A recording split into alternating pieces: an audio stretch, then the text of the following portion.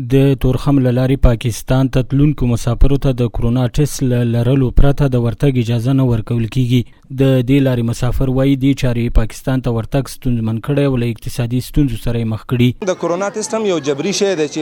څوک دا ونه لري پاکستان هغې ته پاکستان ته د اوښتو اجازه نه ورکوي. دا د کرونا ټیسټ چې دی دا هم کېدلی شي چې د مسافرینو هغه ستونزې اضافه کی، خو تر دې بریده نه، چونکې مسافر هر یو کس د دې توان نه لري چې هغه په 2000-3000 روپۍ باندې چې دی هغه د 2 ورځو 3 ورځو دپاره هغه ټیسټ وکړي، چونکې دغه ټیسټ چې کېږي دغه 3 ورځو نه خوا بیا د منلو وړ نه وي. د کرونا ټیسټ دا خو واقعیت دی چې یو ستونزه ده، یو مشکل دی د مسافرو دپاره. بل دا چې وخت ډېر کم دی، 4 ساعته وخت یې ورکړی دی. بعضې خلک مسافر د لرې ځای نه راځي، نو چې دې ځای پورې راځي هغه ټیسټ یا ایکسپایر شوی یا کار مار ورته پیدا شي یا ایکسپایر شوی بیا ټیسټ کوي، نو دا یو مشکل دی. دا مسافر له افغان چارواکو غواړي چې د کرونا ټیسټ په برخه کې دي د دوی شته ستونزې د پاکستان حکومت له چارواکو سره د خبرو اترو له لارې حل کړي. دوی وايي پاکستاني حکومت دی یوازې له هغو مسافرو د کرونا ټیسټ وغواړي چې د کرونا علایمو لرونکي وي او نورو مسافرو ته د له ټیسټ پرته د ورتګ اجازه ورکړی شي. بدیلې لارې دا دي چې ماشین دغه شته دی، الې شته دی چې کېږي چا هغه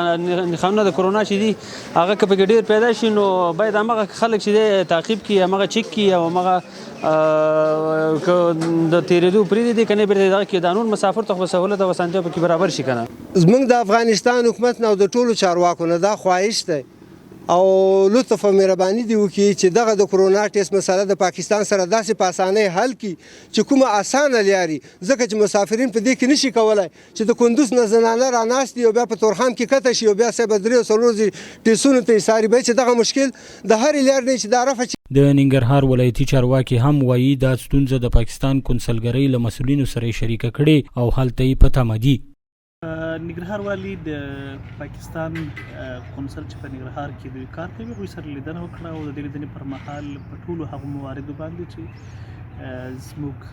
مسافرین تګ راتګ کوي هغوی ته سهولتونه برابر شي بحث وکړه او موږ تمه لرو چې نه یوازې د کرونا ټیسټ بلکې په نورو برخو کې به هم سهولتونه رامنځته کېږي، خلک به په ښه ډول تګ راتګ وکړي.